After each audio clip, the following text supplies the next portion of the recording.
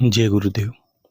अनंत कोटि ब्रह्मांड नायक सदगुरु भगवान के चरणों में कोटि कोटि वंदन, कोटि कोटि प्रणाम। सभी को हर हर महादेव, शंभू शंकर, जय बाबा की। और अभी बारिश का मौसम चल रहा है सभी जगह पर, पूरे देश भर में जगह जगह पर, और कई जगह अच्छी बरसात भी हो रही है और कहीं जगह आपदा भी है लोगों की। हिमालय में, उत्तराखंड की काफ़ी जगह पर आपदाएं हैं, हिमाचल में। तो वहाँ के जो गुरु बहन भाई हैं सभी थोड़ा ध्यान रखें अपना। और बाकी सावन का महीना है भगवान भोलेनाथ का, और आज थोड़ा समय है आपको देने के लिए बहुत। तो देखो, 2-3 वर्ष हो गए, अपने जितना भी जीवन में उतारा, ज्ञान उतारा, अपने कल्याण के लिए जितने भी आपने कदम बढ़ाए, और वो सब आपको एक प्रगति के रास्ते पर ले जाते हैं। कभी कभी हमें प्रगति दिखती नहीं है, किस तरह के हमने क्या पाया जीवन में, हो सकता है दुख तो वैसे ही चल रहे हैं, हमें ऐसे ऐसे हमारे जीवन में निकल के प्रश्न आते हैं कि दुख तो वैसे ही चल रहे हैं, कभी सुख तो ऐसे ही चल रहे हैं। कुछ लोगों के ऐसी रह जाती है। देखो, जीवन कर्मों के अधीन है, और ये तो एक सांसारिक चीज़ें हैं, कभी मिलती है, बिछड़ जाती है, कोई चीज़ प्राप्त होती है, हाथों से निकल जाती है। तो कभी प्राप्त होते हैं, कभी कोई चीज़ खो जाती है, कभी जीवन के साथ ऐसा उतार चढ़ाव चलता रहता है बहुत। देखो, जीवन है और शरीर है, मिट्टी का पुतला है, हरी बीमारी, ये सब जीवन के पड़ाव से हो गए हैं। किसी ईश्वर ने शरीर बनाया, बुद्धि दी, सबको दिया, जीव जंतुओं को दिया, भी मनुष्य को भी दिया, लेकिन कहीं ऐसा नहीं कि लोहे का शरीर बना दिया, कहीं ऐसा नहीं कि 100 वर्ष तक आयु बिल्कुल किसी तरह बिना पीड़ा के निकाल दें, संभव नहीं है। क्योंकि जीर्णता शरीर का, जिसको हम प्रगति कह सकते हैं, शरीर का विकास कह सकते हैं। बचपन की जो चमड़ी है वो थोड़ा से युवा अवस्था में नहीं दिखती, और युवा अवस्था में जो चेहरे का तेज है वो थोड़ी सी अवस्था बड़ी होती है उसमें नहीं दिखता। और एक व्यक्तित्व वाला इंसान का जो शरीर है वो 50-60 साल के बाद उसकी चेहरे की बनावट सब अपने आप गिरने लगती है, अपने आप। जैसे कोई अंग टूट टूट के गिरते हैं, वैसे ही बीमारी के बिना तो संभव होता है। आप अनुभव करो कि 100 साल की इंसान की आयु कैसे पूरी हो। तो हाँ, ऐसी विद्याएं, ऐसा मंत्र, बहुत चीज़ें हैं, ऐसी बात नहीं है नहीं, लेकिन उनके पीछे एक तो अच्छे कर्म करें, उनसे निकल जाएं।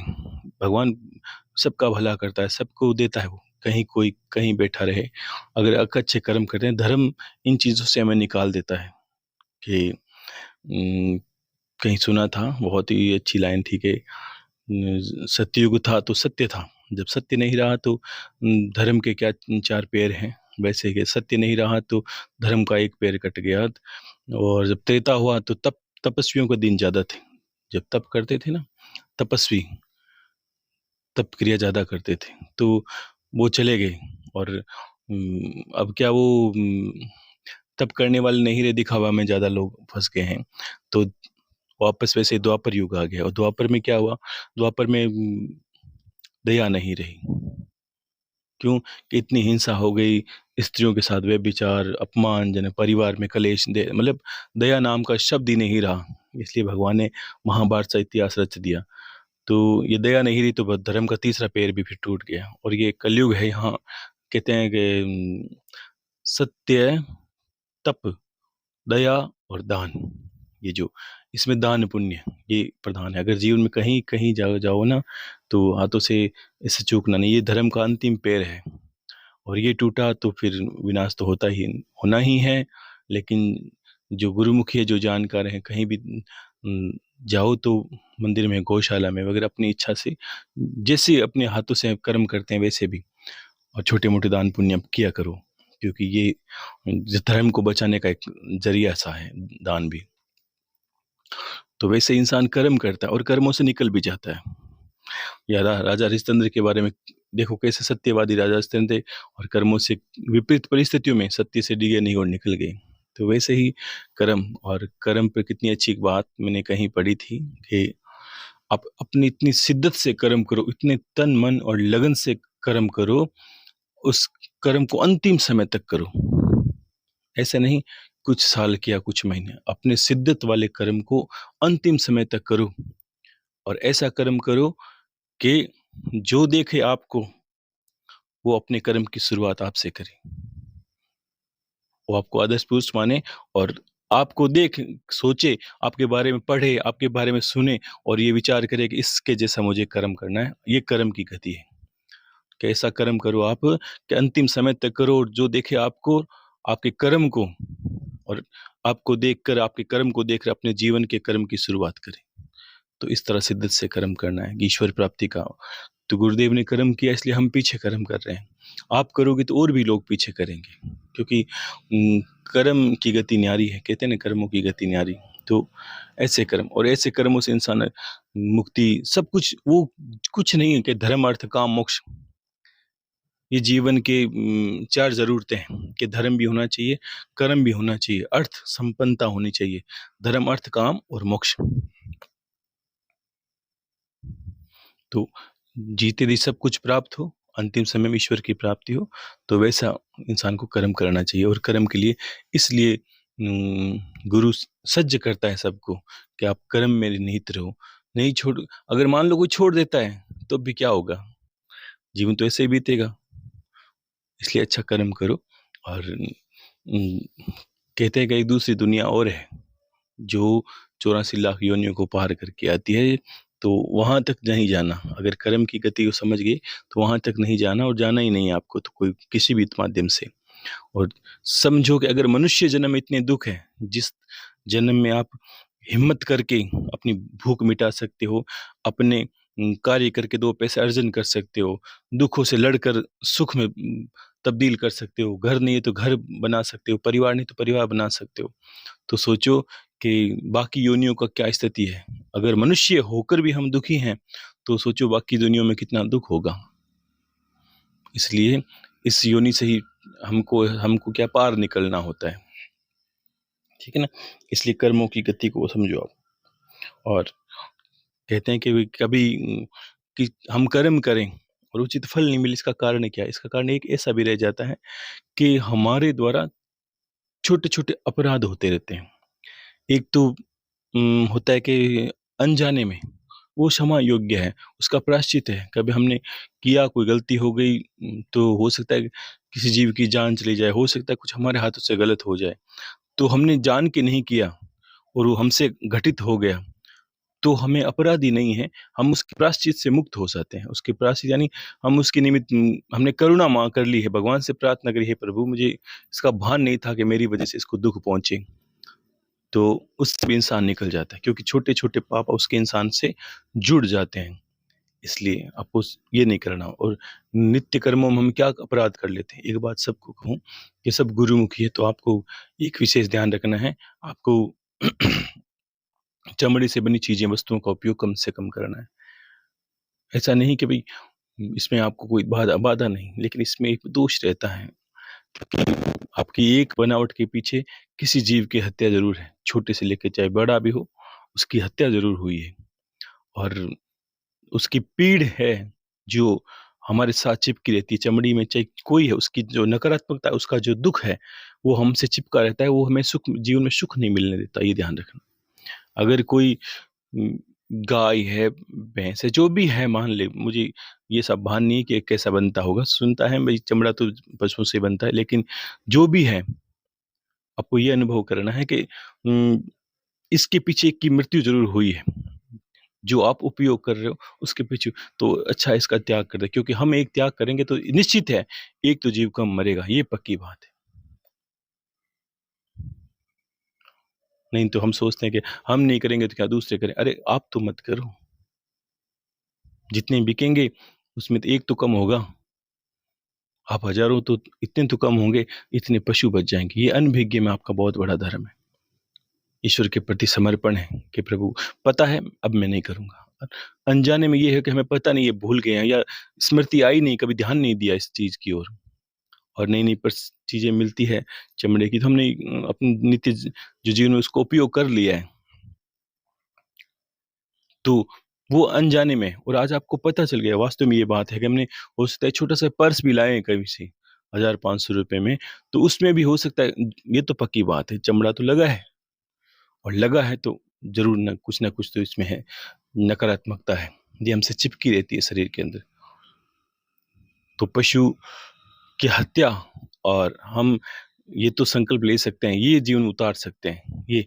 और दूसरा, जानबूझ के किसी को कभी-कभी हम क्या कहते हैं, बातों से और कभी-कभी अपने कर्मों से हमें, हो सकता है हमारी ईर्ष्यावश हो गया हमसे, हो सकता है परिवार के अंदर भी क्यों ना हो। तो हमें ये प्रयास सबसे ज़्यादा करना होता है, ये बात कहाँ खत्म होगी आप देखोगे, कि हमें ये प्रयास करना होता है कि हमसे कम से कम लोग दुखी हो। हाँ, कोई हमें दुखी करे ये स्वीकार है। किसी ने हमें दुखी कर दिया तो आपने सहन कर लो, कोई बड़ी बात नहीं। आपकी वजह से कम दुखी होने चाहिए लोग। आपके ऊपर भी कितने दुःख पड़े, कोई बात नहीं। ये विचार करो कि मेरी वजह से लोग दुखी नहीं होने चाहिए। क्योंकि वो तो करे तो उनका कर्म है, आप करो, आपके लिए कर्म लागू नहीं है। क्योंकि आपको वो रास्ते जाना ही नहीं है ना, ना उसकी गति में जाना, ना उसके रास्ते जाना है, तो आपको थोड़ा अलग रहना पड़ेगा, कर्म के अनुसार। ठीक है ना? ये जाके एक अपने आप ही सफलता के सूत्र बन जाते हैं। क्यों? कि छोटे-छोटे अपराध ही हैं जो हमें ईश्वर से जुड़ने से पहले रोक देते हैं। हमारे पाप कर्म हैं जो हमें आगे नहीं आने देते। हमारे पाप कर्म हैं जो भी, हो सकता है कोई बीमारी हो तो औषधि नहीं लगती, हो सकता है कोई बीमारी हो उसका तोड़ नहीं मिलता, हो सकता है कुछ कुछ ना कुछ तो हुआ ही है। ये तो हम मानते हैं, आज नहीं तो कल हुआ होगा, अनजाने में होगा, कोई कोई कोई कोई तो कोई कारण रहा होगा। क्योंकि ये तो हम मानते ही हैं, कुछ मिला है तो इसका मतलब अच्छा मिला है तो अच्छा कर्म किया। ये तो अन्य भिज्ञ में सभी जानते हैं कि भाई कुछ अच्छा मिला है तो अच्छा कर्म तो हमने किया ही है, और कुछ गलत मिलेगा तो हम सोचा कहीं ना कहीं तो कोई अपराध हमसे जरूर हुआ है।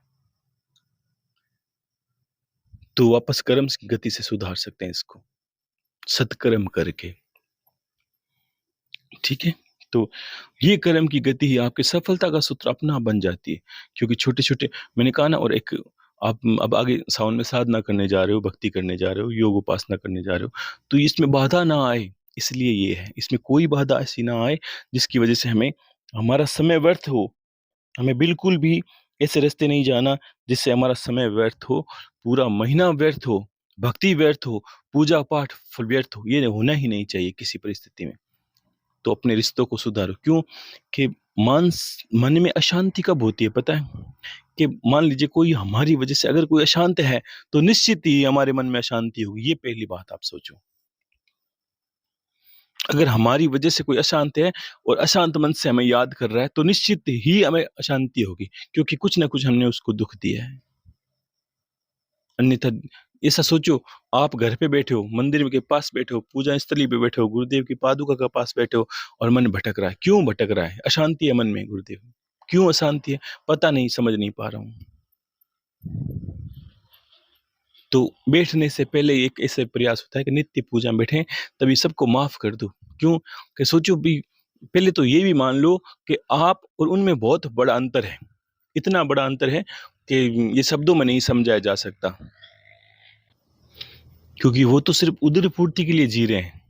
जो लोग हमारे, हम सोचते हैं जिससे हमें प्रतिस्पर्धा है, जिससे हमें कॉम्पिटिशन है, तो वो उनका जीवन देखो। बच्चों को सेटल करना है, परिवार को सँभालना है, उसके बाद अगर मान लो पैसे हो गए, परिवार हो गया, बच्चे सेटल हो गए, बच्चों की शादियाँ हो गई, अब क्या, अब कहाँ जाओगे? कि फिर भक्ति करेंगे, अरे अब समय निकल गए, अब नहीं कर पाओगे। मैं समझता हूँ 50-60 साल के बाद आप भी हो, अगर ऐसी आयु तो आप समझो कि इतना बैठने में दिक्कत आती है गुरुदेव। नीचे बैठा नहीं जा सकता, कुर्सी पे अच्छे से बैठ नहीं सकते। बीच-बीच में कोई दिक्कत आ जाए, किसी को साँस की दिक्कत, किसी को बीपी की बीमारी, किसी को शुगर हो गया, किसी को कुछ हो गया। और अब पहले तो परिवार को सही सँभालने में समय लग गया, अब शरीर को व्यवस्थित करने में लग रहा है। पूजा-पाठ तो कब हो, मुझे बताओ होगा कब? क्योंकि अब तो शरीर बिखर रहा है। और शुरू से हम शांत थे, तो हमारे 60 साल हो चाहे 70 हो, हमें कोई फ़र्क नहीं पड़ता।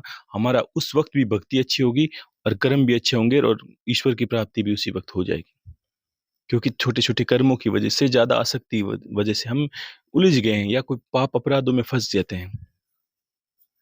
क्योंकि हम सिर्फ़ यही करते हैं कि जीवन जीने को आसान कैसे बनाया जाए। हमारी चारों तरफ जो भी चीज़ें दिखती है ना, वो सिर्फ़ यही दिखाती है कि इंसान ने यही प्रयास किया है कि सिर्फ़ वो जीवन अच्छा अच्छा कैसे जिए। और लोगों को ये भान होता है कि कोई मर गया है, हो जाती है परिवार में घटना, कोई मरना हो जाता है, कभी जीवन और मृत्यु चला रहता है, तो लोग पीछे घबराते हैं, वो चला गया, वो चला गया। हाँ, दुःख होता है, लेकिन वास्तविकता ये अजीब-सी होत लगती है लोगों को कि हमने ये सोचा कि हमारा कोई परिवार का जन चला गया, हमारी वो चला गया और हम पीड़ित हैं क्योंकि हम उसका वियोग नहीं सहन कर पाते। तो और गौर से सुनो कि इसमें हम कर क्या रहे हैं? इसमें ये कर रहे हैं, ये नहीं दिखा रहे कि उससे हमें प्रेम कितना है। हमें उसकी ज़रूरत और थी, बस इतनी-सी बात है। उसे हमें ज़रूरत कितनी थी, वो पता नहीं है। वो कितनी पीड़ा में रहा होगा, जाने के बाद कैसी परिस्थिति में है, ये कोई भी नहीं जाना, कोई भी जन ऐसा नहीं है जो पिता पुत्र के लिए भी नहीं कर या पुत्र पिता के लिए नहीं कर सकता, माता के लिए नहीं कर सकता। सब जितने कहते हैं ना कि जितने रोते हैं सत्संग में अच्छी विषय आते हैं सत्संग के अंदर, चेतावनी भजनों में भी कि जितने सब लोग रोते हैं जाने के बाद, वो अपने स्वार्थ वो और कोई कितना रोता है कि उतना ही रोता है जितनी जितनी उसकी नुकसान हुआ, जितनी उसकी ज़रूरत थी। मित्र उतना ही रोएगा जिसके बस ठीक है आज रोया, कल जो रोया और कोई रोया और कोई हाँ, कहते हैं कि भई लेकिन जितनी ज़रूरत थी उतनी, हम उस जने को नहीं उस आगे जो जन गया है उसको नहीं अनुभव करते, उसको कितनी पीड़ा हो रही होगी। 1 वर्ष तक वो एक यात्रा में रहता है, तो हमारे धर्मों में से आता है, तो उसको कितनी व्याधि होगी, कितनी पीड़ा, उसको कितनी चिंता होगी। हम वो भूल गए हैं। पिता को पुत्र की आवश्यकता है, पुत्र को पिता की आवश्यकता है, माता को संतान की आवश्यकता है। क्यों? कि हम इसमें भी एक अजीब-सा स्वार्थ-सा लगता है, इसलिए तो आँसू कुछ दिन बाद सूख जाते हैं। जीवन भर दर्द कभी नहीं रहता। मुझे ये मैंने अनुभव किया था और बोला था कि भाई जो जो दर्द उस वक़्त था, कोई घटना घटी, वो दर्द आज है क्या? आज इसी क्षण आ सकता है क्या? उतना ही आना चाहिए, कि उतना तो नहीं, कम आएगा। हाँ, कम ज़रूर आएगा, ये निश्चित है। 1 वर्ष बाद बहुत कम आएगा, थोड़े दिन बाद और कम आएगा। अरे! सत्य में क्या है, वो एक जीवन के पड़ाव है, हमारे इस जुड़े हैं, हमसे जुड़े हैं। देखो, कितना अजीब मेला है संसार का। हम एक थे, परिवार हुआ, शादी हुई, पत्नी हुई, बच्चे हुए, कभी पत्नी चली गई, कभी पति चला गया और कभी उनकी संतानें चली कोई हो जाती है जीवन में, मृत्यु देख के थोड़ी आती है कि आयु छोटी है कि बड़ी है। लेकिन ये एक मेला सच लगता है, एक से अनंत हुए, अनंत से फिर एक की ओर चले जाते हैं। तो ये एक मेला सा है। हाँ, दुःख लगता है क्योंकि एक इंसान की फितरत होती है कि अगर पशु के साथ रहे तो भी उससे प्रेम हो जाता है, जीव-जंतु से प्रेम हो जाता है। तो हम जिसके साथ रात-दिन समय बिताते हैं, जो परिवार के अंग हैं, हमारे ही अंग हैं, उनसे पीड़ा होती है, लेकिन स्थायी नहीं है। स्थायी होती तो कितने-कितने हमारे परिवार के जन चले गए हैं। हम आज उनके दर्द में मर ही जाते हैं क्योंकि हम इंसान की एक फितरत है, वो भूल जाता है और भूलना ही होता है। अच्छा किया भगवान ने जो उसको भूलने की आदत डाल दी, ताकि वो जीवन रुकता नहीं है, समय किसी की वजह से नहीं रुकता। कोई चला गया तो नहीं, कोई हमें लगता है कि हम कुछ करेंगे तो जीवन चलेगा या लोग ऐसे बोलते हैं ना आजकल कि टाइम पास कर रहे हैं। अरे आप कुछ नहीं कर रहे हो, वो तो अपने आप ही आपको ही पास कर रहा है वो। तो ऐसे जीवन के छोटे-छोटे पड़ाव हैं, इनको समझना होता है। इन चीज़ों में उलझ जाते हैं, तो हम आगे नहीं बढ़ पाते, आगे की यात्रा पूरी नहीं कर पाते। और कितनी बड़ी बात है कि हम ये भी विचार कर सकते हैं कि कभी भी किसी ने अगर हम जीवन में ये तो सभी जानते हैं भई किसी के लिए खड्डा खोदोगे तो निश्चित है आप गिरोगे। तो इसीलिए आपको ईर्ष्या नहीं करनी है, किसी से द्वेष नहीं करना है, किसी के बारे में गलत सोचना नहीं है क्योंकि इनका जो प्रतिरूप आता है ना, ये गेंद की भाँति है। पृथ्वी के सिद्धांत को समझो आप, गुरुत्वाकर्षण बल ग्रेविटी, एक बॉल को बहुत ताकत लगा के ऊपर फेंकते हैं और बिना ताकत लगाए जितनी ताकत से हम फेंकते हैं उससे डबल स्पीड से नीचे आती है। तो ऐसे ही संसार का नियम बना है और इसी नियम के आधार पर ही कहा अगर किसी के लिए खड्डा खोदोगे तो तैयार हो जाओ, आपको उसमें गिरना ही पड़ेगा। वो गिरे नहीं गिरे पता नहीं, गिरा दोगे उसको तो भी आप गिरोगे, वो नहीं गिरेगा तो भी आप गिरो क्योंकि आपकी सोच में ये था कि इसके लिए खड्डा खोदो। वास्तविकता में वो उसके लिए नहीं, अपने लिए खड्डा खोद रहे हैं। इसलिए कभी बुरा हो तो उम, ये नहीं सोचना कि ये तो इसके साथ ऐसा ही होना चाहिए, ऐसा नहीं सोचना, क्योंकि सबका नंबर आता है इसमें। एक एक पंजाबी सिंगर है, लेकिन उसको उनकी सुना था, वो ऐसे गाते हैं, जो कि दुश्मन मरे तो खुशी न करिए, अपना भी मर जाना। भाई, दुश्मन मरे तो हम खुश हो जाते हैं कि हाँ, ये तो शत्रु है, मर जाए, कोई बात नहीं, एक दिन अपना नंबर भी आएगा, तो खुशी किस बात की है। ऐसा नहीं कि उसका नंबर आया, आज कोई आज पहले तो कल कोई हम पहले, कभी वो पहले तो कभी हम पहले, ये जीवन चलता रहता है। इसलिए विच हमें ये क्या चीज़ें हैं, ये चीज़ें हमारी वो पात्रताएँ हैं, जो हमें आगे की ओर ले जाती है। यही बंधन है, और यही ऐसे द्वेष में फँसे तो किसी पशुओं की जोनी में चले जाते हैं। पशु में क्या होता है, 2 बैल झगड़ रहे हैं, सर टकरा रहे हैं, पूरी रोड पे गाड़ियों को तोड़ दिया, अस्त-व्यस्त कर रहे हैं, लेकिन क्योंकि एक है बैल, तो क्या हुआ, एक पशुवत उसका व्यवहार भी रहेगा, ये वो छोड़ेगा थोड़ी ना। तो ऐसे ही जिसकी जैसी कामना होती है, इनके अंतमति सो गति, जैसे विचार करते हैं, अंत में हमारी मति वैसी हो जाती है और आगे की गति भी वैसी हो जाती है। तो ऐसे-ऐसे करके जीवन के छोटे-छोटे, ये एक ऐसे हैं कि जैसे कोई कपड़े में छोटे-छोटे काँटे लगे, एक-एक को निकाल कर फेंको, एक-एक को निकाल कर फेंक दो, और बिल्कुल सरल हो जाओ, ऐसे हो जाओ जैसे माता के गर्भ से अभी निकले हो। ये मत देखो कि मेरी आयु कितनी है। ये सोचो बस, मैंने कहा ना, जो जितना कम जानता है वो उतना खुशी है। आप जितना कम जानो, सिर्फ़ ज्ञान को छोड़कर बाकी बाहर की वस्तुओं को जानना बंद ही कर दो, कि किसके साथ क्या हो रहा है, ये मत देखो आप। आज दुनिया पागल हुई जा रही है, कि क्योंकि अतिरिक्त ज्ञान मिल गया, जितना ज़रूरत नहीं थी ना, वो भी। कल की न्यूज़ देखनी थी, लेकिन मोबाइल है तो आज ही पता चल जाएगा, अभी 1 घंटा पहले क्या घटना घटी। जो चिंता कल करनी थी वो आज करेगा। तो व्यर्थ में बैठे-बैठे सिर्फ़ ऐसे फ़ोन पे चला रहे हैं, हाथ ऊपर घुमा रहे हैं, नीचे घुमा रहे हैं। दिन भर मैंने देखा है, लोग कोई काम की चीज़ तो देखता है, क्या क्यों ना देखे? उसके तो बस वो देखते हैं लोग, अब और उसमें तो पूरा दुनिया संसार पूरा समा गया है फ़ोन के अंदर। फ़ोन तो भाई बड़ा एक सिद्धिकारक वस्तु है, सब कुछ इसके अंदर समा गया है। तो ऐसी-ऐसी चीज़ें जीवन में करोगे तो बहुत चीज़ों से निकल के बाहर आओगे। और ऐसा ही करना, एकदम निर्मल हो जाओगे, और फिर कहीं बाधा नहीं रहेगी। बैठोगे तो सतत ध्यान लगेगा, बैठोगे तो मंत्र करोगे, पहली बार अनुभव करोगे आज मंत्र आपको कर रहा है, स्वयं आपके अंदर रम रहा है, एक धुआं सा जल गया है, एक अंदर तेजस्विता सी आ गई है। जिस वक्त बैठोगे उसी क्षण ध्यान लगेगा। नहीं तो ये बताओ, ये विचार ही है जो भटकता है, भटकाते हैं। उसने मुझे ऐसा कहा था, बहुत बार आपने अनुभव किया होगा कि माला करने बैठे, बात सुबह की थी, हो सकता है हमारे परिवार में किसी ने, माताजी ने, किसी ने, बहन ने, किसी ने, भाई ने, या कोई मित्र ने कुछ कहा दिया, हमें वो चुभ भी, उस वक़्त हमने कुछ नहीं कहा, या कह दिया तो क्या हुआ? लेकिन जिस वक़्त माला करेंगे तो तत्क्षण ही वो बात याद आएगी। उसे हमें ऐसा नहीं कहना चाहिए था, उसकी गलती है। अगर इस बार ऐसा कह दूँगी, वैसा कह दूँगी, ये क्या कर क्या रहा है? क्योंकि ये मन का शोर है, वो बंद होता ही नहीं है, क्योंकि हमने मन में ऐसा ही कूड़ा-करकट डाला है, जबकि मन निर्मल है। मन का स्वभाव है बच्चे की भांति। हमने उसमें अंदर ऐसा टेप रिकॉर्डर लगा दिया है कि वो बके जा रहा है, बके जा रहा है। ये बात पहले भी हुई थी, आप अनुभव करो। ये चीज़ें अनुभव करने की है, जो कहते हैं ना कि तत्वदर्शी, तत्वदर्शी किसको बोलते हैं? जो छोटी-छोटी चीज़ों को अनुभव करते हैं। मन में ये विचार आया, क्यों आया? कैसे आया? अभी कोई कारण तो रहा होगा, वो कारण को ढूँढ लेता है।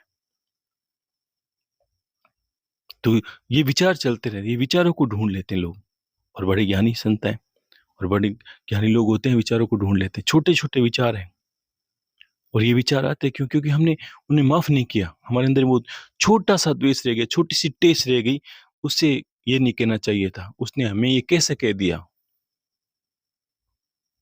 इस संसार में अभी 2-3 रोज़ पहले मेरे से बात हुई, हमने कहा ना कि एक जिसको बोलते हैं कि हमें एक, जो बोलते हैं ना, अहम घमंड सा, या इसको क्या बोलते हैं आप भाषा में, लोग कहते हैं ईगो हो गया है। ईगो ईगो क्या होता है? आप समझ गए होंगे शब्द को। भई, आपको किसी ने कह दिया तो आपको पहले ये द्वंद है, मुझे कैसे कह दिया, इसकी हिम्मत कैसे हुई? ये छोड़ दो आप, ये छोड़ देना है। आपको कोई कुछ भी कहे, परवाह ना करो, आगे चलो। क्यों?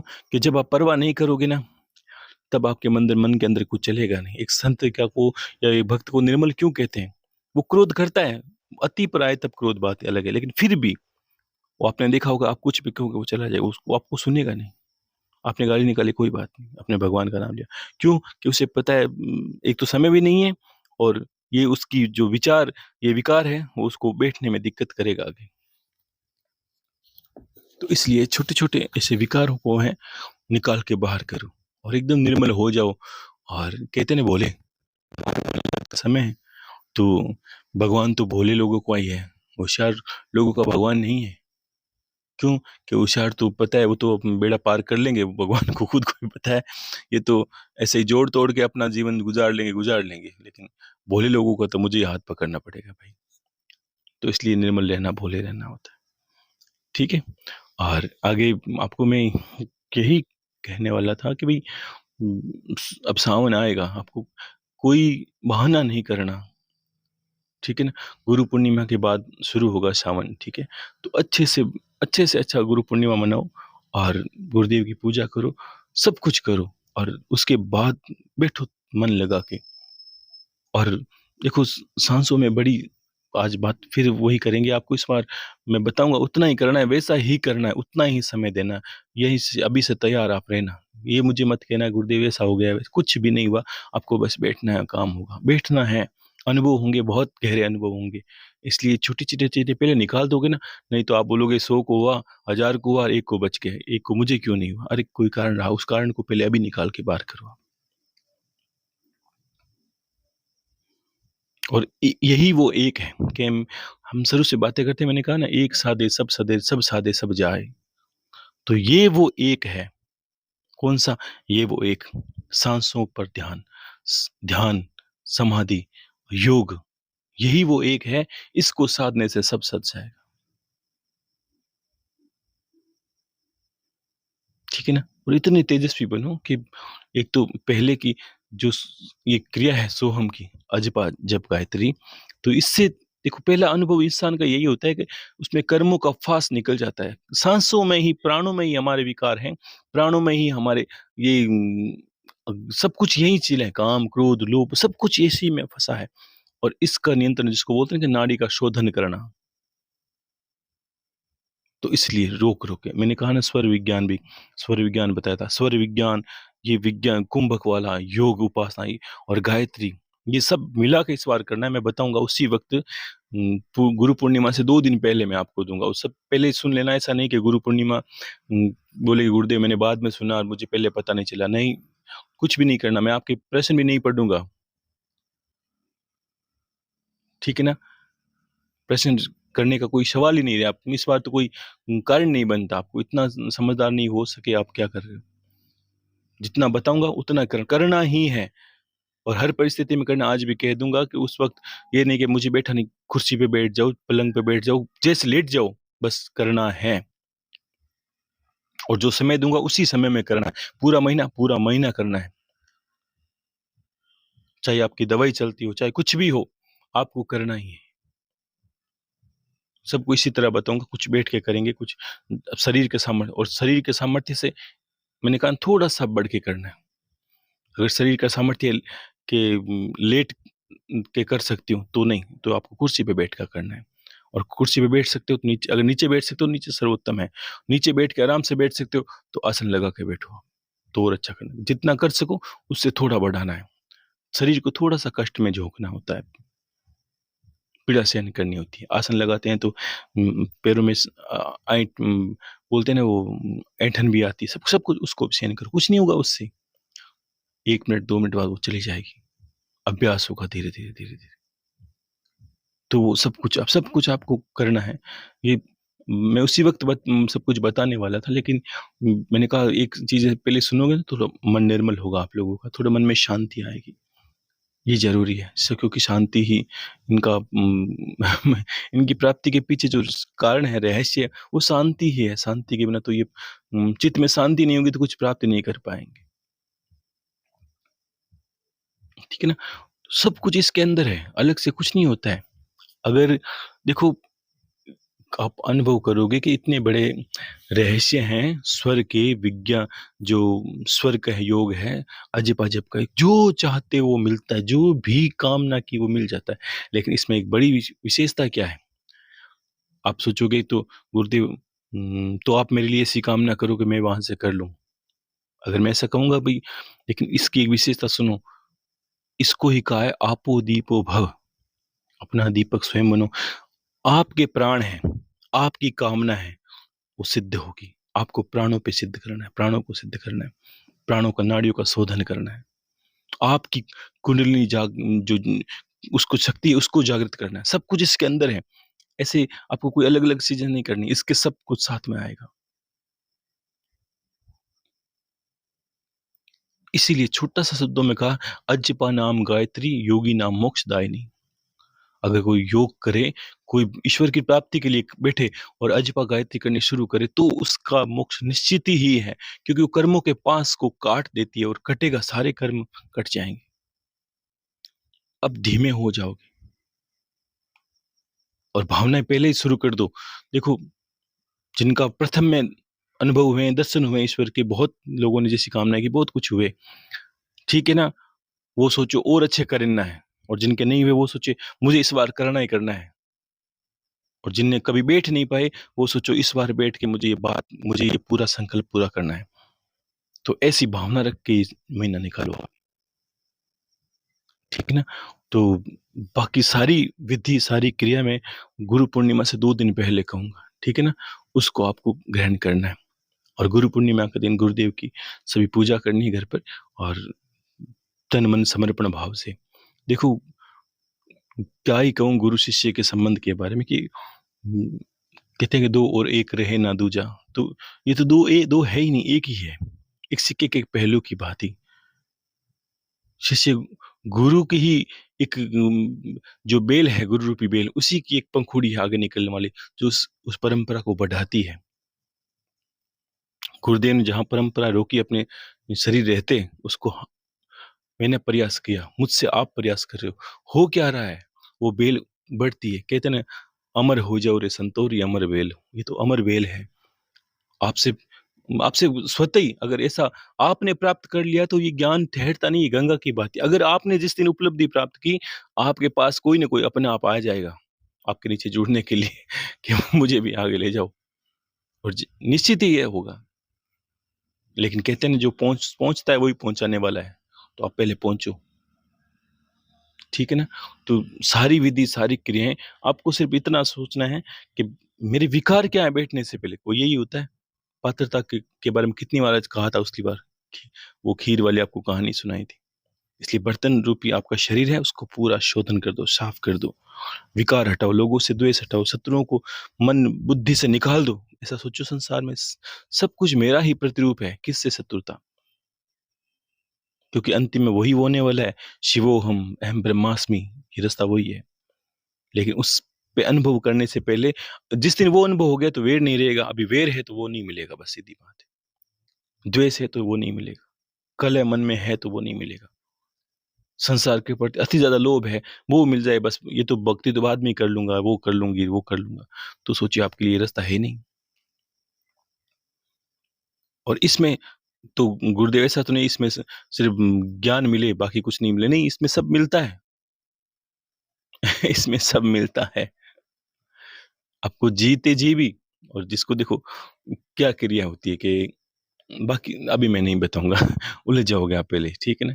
इसमें सब मिलेगा, मैंने कहा ना, मैंने आपके लिए कुछ अच्छा सोचा है, अच्छा सोचा है, बस आपको इसी रहते आप अनुभव करोगे इस वर्ष में, इस महीने के बाद भी सब चीज़ें, वो जो जिसको आप चाहते हो, चाहे वो महादेव है, चाहे वो देवी है, चाहे वो शिव है, चाहे राम है, कृष्ण है, जो उसको भी, वो सब आपके सामने आके खड़े हो जाएँगे। एक ऐसी परिस्थिति, ऐसे रास्ते से आप निकलोगे, वो रास्ता ही यही है, लेकिन इसमें चलना होता है। अद्वैत वाणी कभी सुनी, आपने सुना होगा कि फ़कीरी अलबेला को खेले, भजन सुना होगा, उसमें एक कड़ी आती इतनी प्यारी, जूरन माही लड़े नर सूरा, अणिया झुक रया सैल, अणिया झुक रया सैल, कि जन जो जैसे कोई रण में शूरवीर लड़ता है ना, वैसे ही उसमें कभी उठता है, कभी पड़ता है, कभी झुकता है, कभी ये करता है। कौन? एक ईश्वर की प्राप्ति वाला रास्ता, ये वही रास्ता है। कभी गिरोगे, पड़ोगे, उठोगे। बाहर की लड़ाई नहीं है, ये अंदर भीतर का, ये सब कुछ भीतर ही है। बाहर तो मैंने कहा ना, बाहर 1% ही है, लेकिन जो 99% है, जो बाहर हमारे एक ज्ञान के लिए, बताने के लिए कि ये हमारा उद्देश्य है। पादुका ये नहीं दिखाती, ये नहीं कि आपकी आप नहीं रहोगे तो पादुका का क्या होगा? अरे मैंने कहा था ना, ये संशय मिटा दो। पादुका आपका समर्पण है। पादुका पूजते ही गुरु की प्राप्ति होती है, ये सत्य है। गुरु की पादुका ही पूजी जाती है, ये भी सत्य है। लेकिन तब तक समर्पण दिखता है जब तक आप हो, आप नहीं रहोगे तो पादुका चाहे कोई कहीं फेंके, कोई फर्क नहीं पड़ता उससे। क्योंकि जब तक गुरु शिष्य है तभी तक गुरु है, तो आप हो तब तक ही पादुका का महत्व है। इसीलिए भक्त है तब तक की तस्वीर मूर्तियों का महत्व है। अगर आप में भक्ति नहीं है, उस आगे वो लक्ष्य पहुंचने का रास्ता ही नहीं है। और कोई, अब मान लो कोई गुरु की भक्ति करना चाहे सिर्फ, और माला करे, पूजा करे, पाठ करे, गुरु का कहना माने नहीं माने, सिर्फ पादुका को ले घूमे, तो उसको आप पागल ही कहोगे, उससे कुछ नहीं मिलने वाला। वैसे ही मूर्तियां हैं संसार की सारी, ये गंतव्य है, इसके चिपक नहीं जाना है, इससे ऊपर उठना है। ऊपर उठे संतों की बात अलग, ये उनको ये नहीं नकारा कि इनको तोड़ दो, ऐसा नहीं, ऐसा नहीं। भगवान कण कण में, ये भी भगवान का ही प्रतिरूप है। हाँ, अगर हम ब्रह्मांड ईश्वर मानते हैं अपने आप को, तो कण कण में ईश्वर व्याप्त है। इस सिक्के के पहलू सर्वत्र ईश्वर ही है। जो ब्रह्मांड है, ब्रह्मांड से परे है, जो ब्रह्मांड के अंदर है, सब कुछ ईश्वर है। लेकिन गणतव्य मूर्ति नहीं है। मूर्ति हमारा समर्पण है, ये दिखाती है। अगर को जो परम ब्रह्म है, कोई कहे हमें कि भाई अगर ईश्वर मूर्तियों में नहीं, तो हम आप क्यों दिखाते हैं? तो सुनिए आप, ऐसे आपके पास जवाब भी होने चाहिए कि अगर जो पर ब्रह्म है, जो निराकार है, निर्गुण है, अगर हमें प्रीत हो और उसे हम कुछ देना चाहे, इसलिए हमने एक प्रारूप बनाया कि इस रूप में, क्योंकि वो तो कण कण में है। अब मैं उस इत मेरे भगवान की बात इतनी विराटता तो है नहीं कि मैं उस आंखों से उसको देख पाऊं। प्रेम है, उस प्रेम को जताने के लिए मैंने छोटा सा एक प्रारूप बनाया है। इसके ऊपर मैं कुछ चढ़ाता हूँ और वो स्वीकार कर लेता है, क्योंकि मैं उसके प्रेम की वजह से उसको कुछ देना चाहता हूँ, उसके लिए कुछ करना चाहता हूँ। लेकिन जब भी सोचो, अगर हम कुछ चढ़ाते हैं तो इस सृष्टि से निर्मित है, और सृष्टि भी उसी का है, परमात्मा की है, तो हम उसी को अर्पण कर रहे हैं। ये ठीक वैसे ही है कि एक पिता पुत्र को रोज मान लो 10-10 रुपए दे, अपने गुल्लक के लिए इकट्ठा करने के लिए माता दे, और वो बच्चा एक दिन अपने आप ही पिता के जन्मदिन के ऊपर, या कोई पिताजी का दिन हो, कोई ऐसी चीज जिस पिता के लिए कोई घड़ी लेके आए, तो उस पिता का खुशी का ठिकाना नहीं रहता। क्योंकि उसे, जबकि उसको पता है कि पैसे तो मेरे ही हैं, होने से क्या होता है, उसमें पुत्र का प्रेम दिखता है। इसलिए हम मूर्तियों की पूजा करते हैं कि हमें वो प्रेम दिखता है। लेकिन गणतव्य ये नहीं है। गणतव्य हमारा वो प्राप्ति करना है, ये तो एक समर्पण है। इसलिए मैंने कहा ना, ऐसा नहीं होता है कि आप बंद ही कर, नहीं, ये समर्पण है। ये दिखाएगा आपको कि आपके अंदर भावना केड़ी। मंदिर को साफ करना क्यों कहते हैं? अच्छा, साफ सुथरा रखो, समर्पण है। तो ईश्वर तक तो बहुत दूर की बात है, लेकिन पहले समर्पण तो दिखाओ वहां पर, ठीक है ना? एक छोड़ छोड़ एक सुनी सुनाई बात कहता हूँ, बहुत प्यारी, कि कहाँ लिखी थी, सुनी थी, मुझे याद नहीं, लेकिन बहुत अच्छी बात अचानक याद आई है मुझे कि ईश्वर से हम बार बार ये कंप्लेन करते हैं, ये बार बार हम उसको दोना देते हैं, हमें वो चाहिए, लेकिन आपने दे दिया। मान लीजिए कि आपने कहा, ईश्वर मुझे बहुत बड़ी कोठी चाहिए, बहुत बड़ा मकान चाहिए, करोड़ों का, अरबों का मकान चाहिए, उसमें मकान होना चाहिए, कम से कम 1-2 करोड़ की गाड़ियां खड़ी होनी चाहिए, नौकर होने चाहिए, बहुत चीजें शौक की होनी चाहिए। ये हमने कामना की, और भगवान में हमने बहुत मेहनत भी की, लेकिन भगवान अचानक हमें सिर्फ कुछ नहीं, सिर्फ और सिर्फ एक एक कम दो कमरे का मकान, छोटा सा मकान दे दिया, 2-3 लाख 5 लाख का, ठीक है। और हमने काम की करोड़ों की कोठियों की, और फिर हम क्या कि उस मकान में रहते नहीं, साफ सुथरा नहीं रखा हमने उसको, सफाई, क्योंकि हमारा, हमें बिना मन उसको साफ रख रहे हैं, क्योंकि हमें उसमें रहना नहीं है, हम तो चाहते हैं कोठी बने। तो सोचो कि जिसने दिया उसके पास ये मकान भी था, वो कोठी भी है। हमें पता है कि ईश्वर कुछ भी दे सकता है, उसके पास वो कोठी भी है, हो सकता है बड़ा महल भी है, ठीक है। अब सोचो, वो क्या देख रहा है कि आपके पास मैंने 2 कमरे का मकान दिया, उसको आप साफ-सुथरा नहीं कर पा रहे हो, उसकी सार-संभाल नहीं कर पा रहे हो, तो बड़े महल को कैसे सँभालोगे भाई? समझ में आया कुछ? ऐसे समझो, अगर मान लो कोई आपने गाड़ी की कामना की और उसने आपको मोटरसाइकिल दे दी, ठीक है? या आपने कोई लाखों की गाड़ी कामना की, कोई करोड़ रुपए की गाड़ियाँ बहुत महँगी आती है, गाड़ियों की बहुत कामना की और उसने छोटी-सी गाड़ी जो मान लो लाख 2 लाख की गाड़ी है उसको ईश्वर ने आपको वो दे दी और हम उसमें बेमन से चढ़ रहे हैं, उसको गिरा रहे हैं, तोड़ उसकी सार-संभाल नहीं कर रहे हैं। तो ईश्वर क्या देखा? कोई मालिक होगा वो क्या सोचेगा कि अगर इसके जो लक्षण हैं वो तो ये तो इसको ही नहीं सँभाल पा रहा है। आप सोचो घर का बच्चा अगर कोई गाड़ी ढंग से चला नहीं पाए, मान लो लाख 50,000 की गाड़ी चला नहीं पाता या साइकिल नहीं चला पाता तो क्या आप उसको मोटरसाइकिल दोगे? मुझे ये बताओ कि नहीं? अगर वो साइकिल ढंग से चलाएगा, उसकी सार-संभाल रखेगा तो आप भी बोलोगे कि नहीं भाई, आज तू मोटरसाइकिल ले जा बेटा। तो ऐसे ही हम जो है उसका धन्यवाद भी नहीं करते, उसको सार-संभाल भी नहीं करते, जो है उसको निभाना भी नहीं जानते, जो रिश्ते हैं उसको भी नहीं निभाना जानते, जो मिला है उसका भी उसके पीछे धन्यवाद नहीं करना चाहते। इसको सँभालो, हाँ ईश्वर मुझे बहुत-बहुत धन्यवाद, ऐसी वस्तुएँ, ऐसी चीज़ें प्राप्त हुई, ऐसे मित्र प्राप्त हुए, ऐसा घर प्राप्त हुआ, उसके लिए धन्यवाद। मुझे पता है तू आगे भी देगा, अगर इसको सँभाल लिया तो आगे भी दे देगा। यही बात होती है कि हम क्या करते हैं कि सिर्फ़ कोसते हैं भगवान को और ना तो गणतव्य कुछ जो मिला है, ज्ञान मिला है तो ज्ञान, गुरु मिला है तो गुरु, सबका एक उसको देखो आप, उसको समर्पण को समझो। ईश्वर यही कह गुरु के तुम्हारे अंदर तो यही बात नहीं है कि ईश्वर यही सोच अगर कुछ प्राप्ति नहीं हुई तो वो ये भाव रखते हैं कि गुरु बने लेकिन कुछ मिला नहीं। ईश्वर की दृष्टि में क्या होता है ये विषय? ये गुरु है सांसारिक, तुम्हारे सामने खड़ा है, संसार में है, तुमसे बोल रहा है, बात कर रहा है, उसके प्रति भी तुम्हारा समर्पण, उसके कहने पे भी नहीं चल रहे, तो मैं तो अधिकता हूँ, कैसे दिखूँगा? स्वप्न में दिखूँगा, कभी हो सकता है अच्छी तुमने पकड़ बनाई है ज्ञान पर, अपनी दृष्टि पर, हो सकता है प्रत्यक्ष दिखूँ, लेकिन जो दिख रहा है उसका सम्मान भी तू कर नहीं पाया, मेरा सम्मान कैसे होगा भला? तो वही बात है, ठीक है ना? अपना समर्पण जो है उसके लिए ईश्वर को धन्यवाद करके, जो दुराचारी उनको क्षमा करके, क्योंकि ये सब बंधन ही है वास्तव में, दोनों तरीके बंधन हैं। लेकिन क्षमा करना ज़रूरी है सबको और जो है उसके लिए तो ईश्वर को धन्यवाद भी करना ज़रूरी है ताकि आगे बढ़ पाएँ। नहीं तो हम जो मिला उसको तो कोसेंगे और जो शत्रु उनको तो बद्दुआ देंगे, वो ये, वो ये। ठीक है? तो इस विकारों को निकालो आप, ठीक है?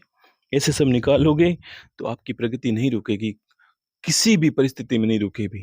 क्योंकि जिस रास्ते पे आप रवाना हुए हो ना, ये एक छोटी डगर नहीं है, ये वो नहीं है कि 4 धूप बत्ती किए बैठो आपका कल्याण, ये वो नहीं, यहाँ आपको चलना है। जितना कदम चलोगे ना, उतना कदम ईश्वर की तरफ ही है और एक कदम भी पीछे नहीं रखना। मनुष्य योनि से नीचे कदम तो गिरेगा ही नहीं, ये तो इस विद्या का पहला प्रमाण ही है ये। इस रास्ते का पहला प्रमाण जिस दिन आपने ये करना शुरू किया ना, 1 घंटा, 2 घंटा, उसी दिन से आपके पीछे कर्मों का नाश होने लगा। जितनी पीड़ाएँ मिलनी है उसमें कम हो जाएगी। अगर कहीं कहते हैं ना कि बड़ा चोट आनी है, वहाँ एक छोटी सुई चुभे उतना काम हो गया, आपका रास्ता खुल जाएगा। रास्ता खुलेंगे, क्यों नहीं खुलेंगे? ठीक है ना? क्योंकि हमने अनुसरण नहीं किया। मुझे ये पता है, मैंने इतनी बातें नहीं बताई, बहुत थी। योग पे बताई थी, सांसों पे बताई थी, आपको स्वर विज्ञान पे बताया था। मैंने कहा एक चमत्कारिक रूप में स्वर विज्ञान भी काम करता है। हर वो चीज़ जो आप उसको हज़ारों गुना पावर से खींचते हो तो क्यों नहीं आएगी कोई चीज़? चाहे वो ईश्वर है, चाहे वो अपनी प्रगति है, चाहे वो पैसे हैं, चाहे वो, लेकिन दुनिया खींचती क्या है? दुखी तो यही कारण है। कहते हैं ना, दुनिया में लोग गरीब कितने दुःख है, कि आप उनसे सुनो, उनके शब्द क्या हैं, तो आपको लगेगा कि ये जो पृथ्वी है उसकी ग्रेविटी है, जो दुखी है वो यही कहेगा, दिन रात अपने आप को कोसता है, भगवान को कोसता है, अपनी किस्मत को कोसता है। कैसे भगवान मेरी फूटी किस्मत करी है, कैसे भगवान मेरी फूटी किस्मत करी है।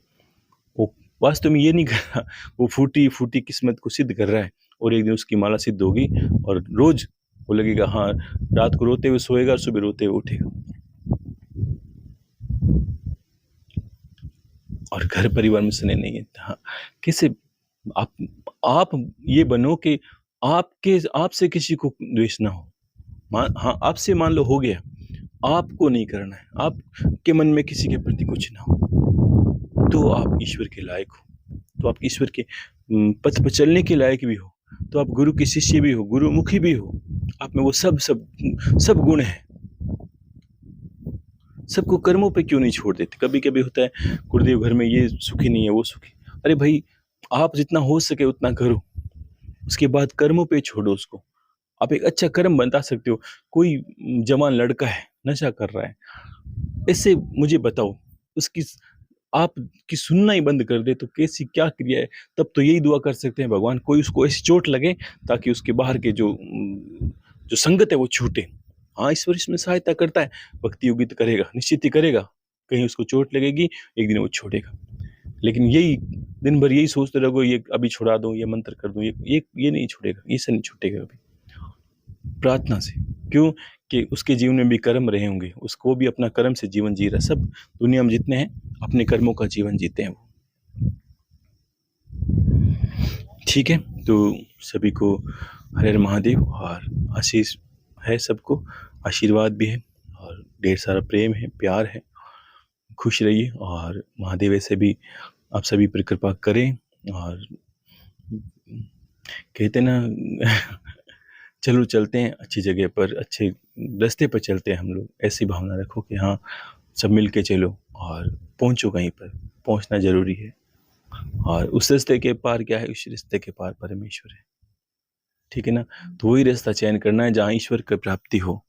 नहीं तो उलझने बहुत है संसार के अंदर, ये उलझना नहीं है, सीधा साधा रास्ता है। बाबा कहते हैं कि आओ तो हर जी सीधा सीधा आओ, उजड़ पंथ की यहाँ चलो महाराज। तो ये जो उजड़ है, ये शॉर्टकट हैं, आप ये कर लो, वो कर लो, ऊट पटांग कर लो, ऐसा कुछ नहीं करो भाई। सब प्रेम से चलो और भक्ति करो, और सब प्राप्त होगा, सब कुछ मिलेगा। वो वहाँ ये नहीं है कि सावन के अंदर शिव जी की भक्ति कर रहे हैं तो हमारे तो आराध्य विष्णु है, अरे वो विष्णु ही है। पहले ये समझो, वो भी विष्णु ही है, वो शिव है, वही विष्णु है, विष्णु है वही शिव है। ये तो आपके मंदिर में, हमारे मन के अंदर ये छवि बना दी है लोगों ने, मोबाइल से, टीवी से, फोटो दिखाकर। आपने कभी देखा है कि विष्णु भगवान शिव जी की तरह नहीं दिखते? कभी ऐसा अनुभव किया कि नहीं? क्यों? क्योंकि हमारे अंदर किसने तस्वीर डाली? तो ये जो मीडिया है, ये जो पत्राचार है, ये जो किताबें हैं, इन्होंने हमारे अंदर ऐसी छवि डाल दी कि विष्णु भगवान का स्वरूप ऐसा है। आपको मैं कहता हूँ, एक ही है, एक गीली मिट्टी है, उसका कोई आकार नहीं है। बच्चे के घरौंदे की भांति है ईश्वर। कोई छोटा बच्चा है, सभी ने खेला होगा, मैंने भी खेला। मुझे तो अभी भी कभी कभी या मिट्टी रहती तो मिट्टी से खेलना अच्छा लगता है। 1-2 घंटे कभी बैठे रहते थे, खिला चित्रकला बनाना अच्छा लगता है, फोटो बनाना अच्छा लगता है। तो ये क्या है? गीली मिट्टी से कुछ भी बना लो। वैसे ही ईश्वर है। ऊर्जा का क्या है? अब प्रारंभ जो अंत में, मैंने कहा जो अंत में निकलेगा उसमें आप अनुभव करोगे कि ये ठीक वैसे ही है। एक बिजली की तार निकली, इससे कूलर चला, पंखा चला, एसी चली, टीवी चली, और समय क्या करना है उसने, हमने उस तार को पकड़ा, कभी एसी को देखा, कभी कूलर को। करते करते हमें सिर्फ यही करना है कि ये तार जाता कहाँ है, और जहाँ गया वहाँ आपको पता चलेगा इसका प्रारूप बिजली की भांति है।